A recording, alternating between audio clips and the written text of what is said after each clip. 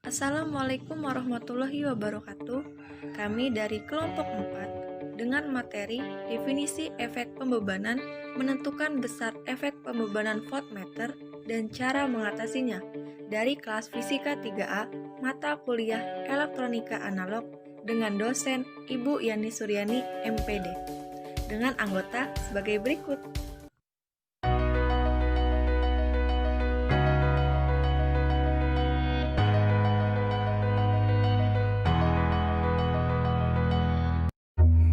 Halo, nama saya Nia Nur Hasanah dengan NPM 1911090110.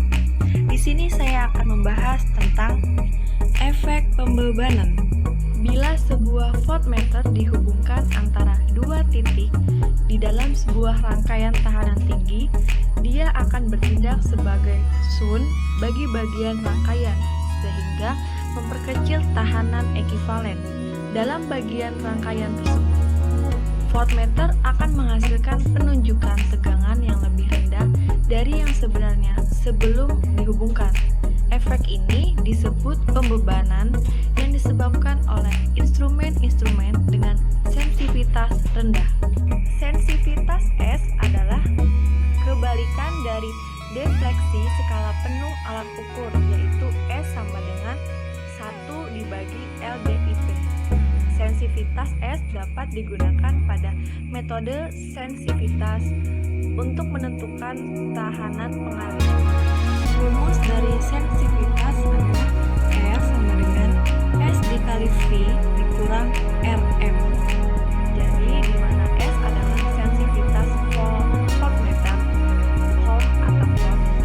V adalah rangkaian dari tegangan yang ditentukan oleh posisi skalar. Rs adalah tahanan pengali dan Rm adalah tahanan dalam alat ukur atau ditambah tahanan seri. Baiklah, selanjutnya saya akan menjelaskan tentang gambar efek pembebanan, di mana efek pembebanan merupakan peristiwa tegangan akibat hambatan pada voltmeter. Nah, di sini biar lebih paham, saya akan memberikan contoh kasusnya ya.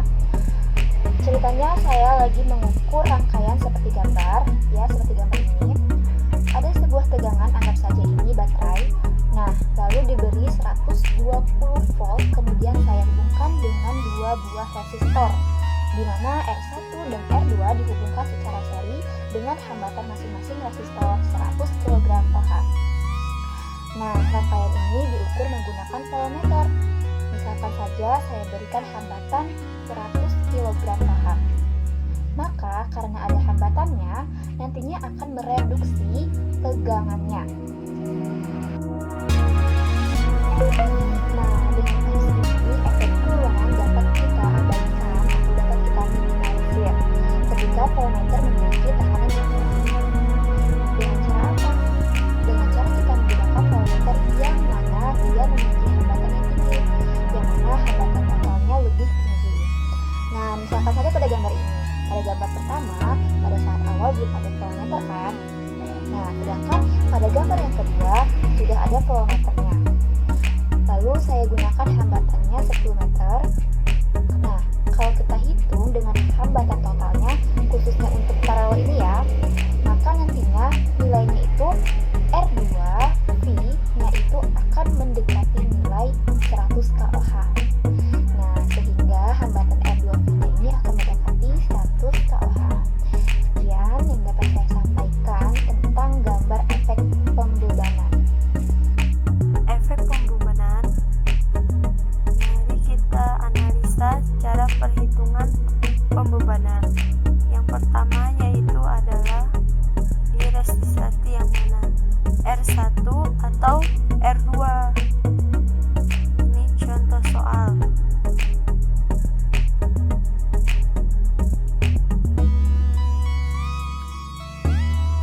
Misalkan kita akan mengukur nilai tegangan yang ada resistor R2, yaitu dengan cara totalkan resistornya, yaitu dengan menjumlahkan 100 ditambah 50. Jadi besar tegangan pada R2 adalah besar tegangan R2 dibagi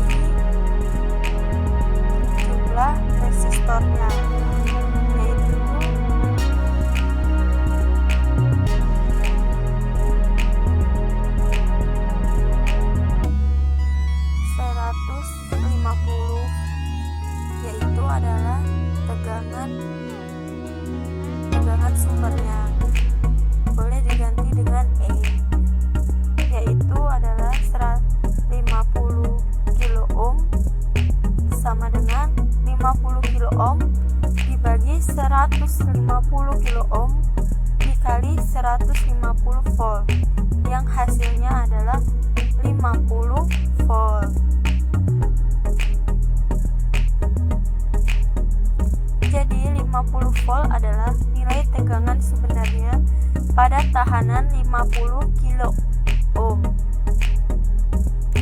Nah, kita akan mencari pembacaan tiap voltmeternya, yaitu voltmeter 1. Sensitivitas 1000 ohm per volt, memiliki tahanan 50 volt kali 1000 ohm per volt, sama dengan 50 kilo ohm pada tegangan 50 volt. Menghubungkan voltmeter antara tahanan 50 kilo ohm menyebabkan pertambahan tahanan paralel ekuivalen menjadi 25 kilo ohm dan tahanan total rangkaian menjadi 125 kilo ohm. Beda potensial pada gabungan voltmeter dan tahanan 50 kilo ohm menghasilkan penunjukan voltmeter sebesar voltmeter 1 sama dengan 25 kilo ohm dibagi 125 kilo ohm dikali 150 volt. Hasilnya yaitu 30 volt. Yang kedua itu adalah voltmeter 2. Sensitivitasnya 20 kilo ohm per volt, memiliki tahanan 50 volt dikali 20 kilo ohm per volt sama dengan 1 mega ohm pada tegangan 50 volt. Bila voltmeter dihubungkan ke tahanan 50 kilo ohm, maka tahanan ekuivalen paralel menjadi 47,6 kilo ohm dan tahanan total rangkaian menjadi 147,6 kilo ohm. Beda potensial pada gabungan voltmeter dan tahanan 50 kilo ohm menghasilkan penunjukan voltmeter sebesar volt 2 sama dengan 47,6 kilo ohm dibagi 147,6 kilo ohm dikali 150 volt. Hasilnya adalah 48,36 volt. Yang B adalah kesalahan percobaan voltmeter. Kesalahan voltmeter 1 itu adalah tegangan sebenarnya dikurang tegangan yang diukur dibagi tegangan sebenarnya dikali 100%. Yuk kita coba kita mencari hasilnya. 50 volt dikurang 30 volt dibagi 50 volt dikali 100%. Hasilnya adalah 40 volt. Dan kesalahan voltmeter 2 yaitu tegangan sebenarnya itu adalah 50 volt dikurang tegangan yang diukur 48,36 volt dibagi tegangan sebenarnya 50 volt dikali 100%. Hasilnya adalah 3,28%. Perhitungan pada contoh ini menunjukkan bahwa voltmeter dengan sensitivitas atau nilai ohm per volt yang lebih tinggi memberikan hasil penghitungan yang lebih akurat atau memiliki persentase kesalahan yang kecil. Faktor sensitivitas sangat penting dicantumkan untuk pengukuran tegangan dalam rangkaian bertahan tinggi. Saat melakukan pengukuran, perlu diperhatikan instrumen yang sesuai atau handal dan cukup sensitif sehingga tidak mengganggu yang diukur. Kegagalan pengukuran bukan terletak pada instrumen yang ketelitiannya tinggi, Tetapi pada pemakaian yang tidak menggunakan atau memilih instrumen dengan tepat, pemakaian yang berpengalaman dapat menentukan tegangan sebenarnya dengan menggunakan voltmeter yang tidak sensitif tetapi teliti. Oleh karena itu, ketelitian selalu diperlukan dalam penggunaan instrumen. Sensitivitas hanya diperlukan dalam pemakaian khusus, di mana pembedaan mengganggu yang diukur. Selanjutnya adalah contoh yang kedua dari loading effect atau efek pembebanan, di mana sebuah tahanan sebesar 50 kΩ akan diukur dengan menggunakan dua voltmeter yang berbeda, di mana untuk voltmeter yang pertama memiliki sensitivitas sebesar 1000 ohm per volt, dan untuk voltmeter yang kedua memiliki sensitivitas sebesar 20.000 ohm per volt. Kedua voltmeter dipakai pada rangkuman 150 volt, maka tentukanlah pembacaan masing-masing voltmeter. Kedua, kesalahan dalam tiap pembacaan dinyatakan dalam bentuk persen. Di sini sudah diketahui bahwa R1 sebesar 100 kΩ, R2 sebesar 50 kΩ, dan untuk rangkumannya sebesar 150 volt. Untuk solusi yang pertama, kita hitung terlebih dahulu berapa sih nilai tegangan yang seharusnya terbaca atau tegangan yang sebenarnya.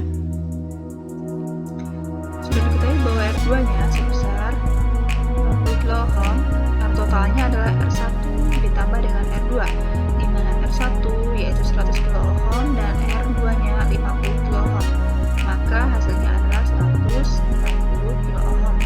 P sumbernya adalah sebesar 150 volt.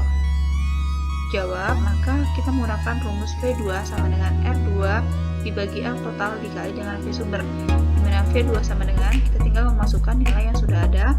R2 adalah 50 kΩ, R totalnya sebesar 150 kΩ dikali dengan V sumbernya sebesar 150 volt. Maka ini dicoret, maka hasilnya adalah 50 kΩ. Kemudian kita mencari nilai hambatan voltmeter yang pertama atau mencari V1-nya. Diketahui bahwa sensitivitas untuk V1-nya adalah 1000 ohm per volt. RV1 sama dengan S dikali V, di mana sensitivitasnya sudah diketahui, yaitu 1000 ohm per volt dikali dengan 50 kilo ohm, maka hasilnya adalah 50.000 atau dalam kilo ohmnya adalah 50 kilo ohm. Mencari nilai V, kita menggunakan rumus V sama dengan R2V dibagi R1 plus R2V dikali dengan 150. R2V nya adalah 25 dibagi 100 plus 25 dikali dengan 150, maka V nya adalah 30 kilo ohm. Jadi setelah ada voltmeter dengan sensitivitas tersebut atau sensitivitas sebesar 1000 ohm per volt, maka V-nya berubah menjadi 30 volt.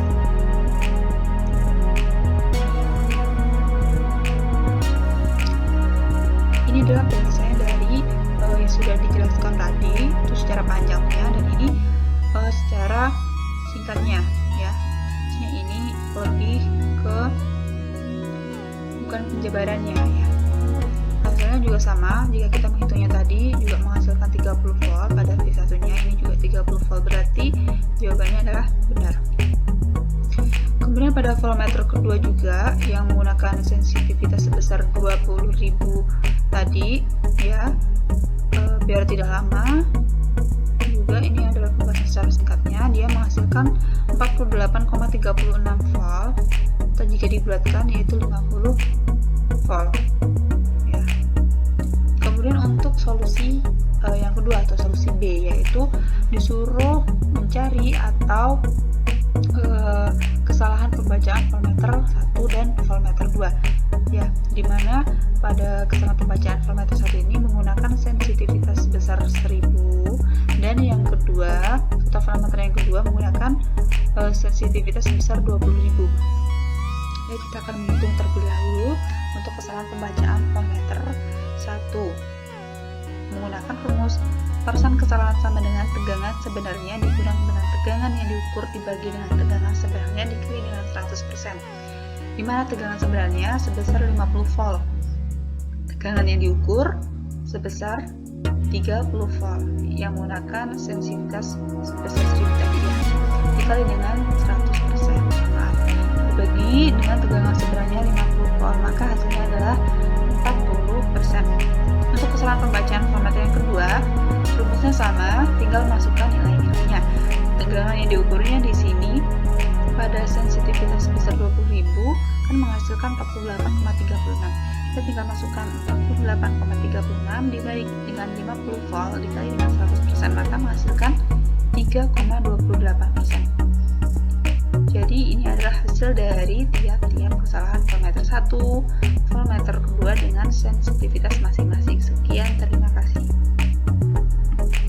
Adalah tindakan pencegahan yang umum digunakan ketika sedang menggunakan sebuah voltmeter.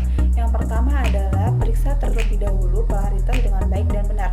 Polaritas yang salah ataupun terbalik akan mengakibatkan voltmeter tersumbat dan merusak jarum. Yang kedua, hubungkan menggunakan voltmeter paralel terhadap rangkaian ataupun komponen yang akan diukur tegangannya. Yang ketiga, bila menggunakan voltmeter ganda, menggunakan selalu rangkaian tertinggi dan kemudian turunkan sampai diperoleh pembacaan naik yang baik. Kemudian yang terakhir, selalu berhati-hatilah terhadap efek pembebanan atau loading effect. Efek ini dapat diperkecil dengan menggunakan rangkaian setinggi mungkin dan sensitivitas paling tinggi. Baiklah, tadi adalah materi yang telah kami sampaikan, yaitu mengenai definisi efek pembebanan voltmeter atau loading effect dan bagaimana sih menentukan besar efek pembebanan voltmeter serta cara-cara mengatasinya. Semoga apa yang kita sampaikan ini bermanfaat untuk kita semua dan apabila ada kesalahan kami mohon maaf. Sekian, wassalamualaikum warahmatullahi wabarakatuh.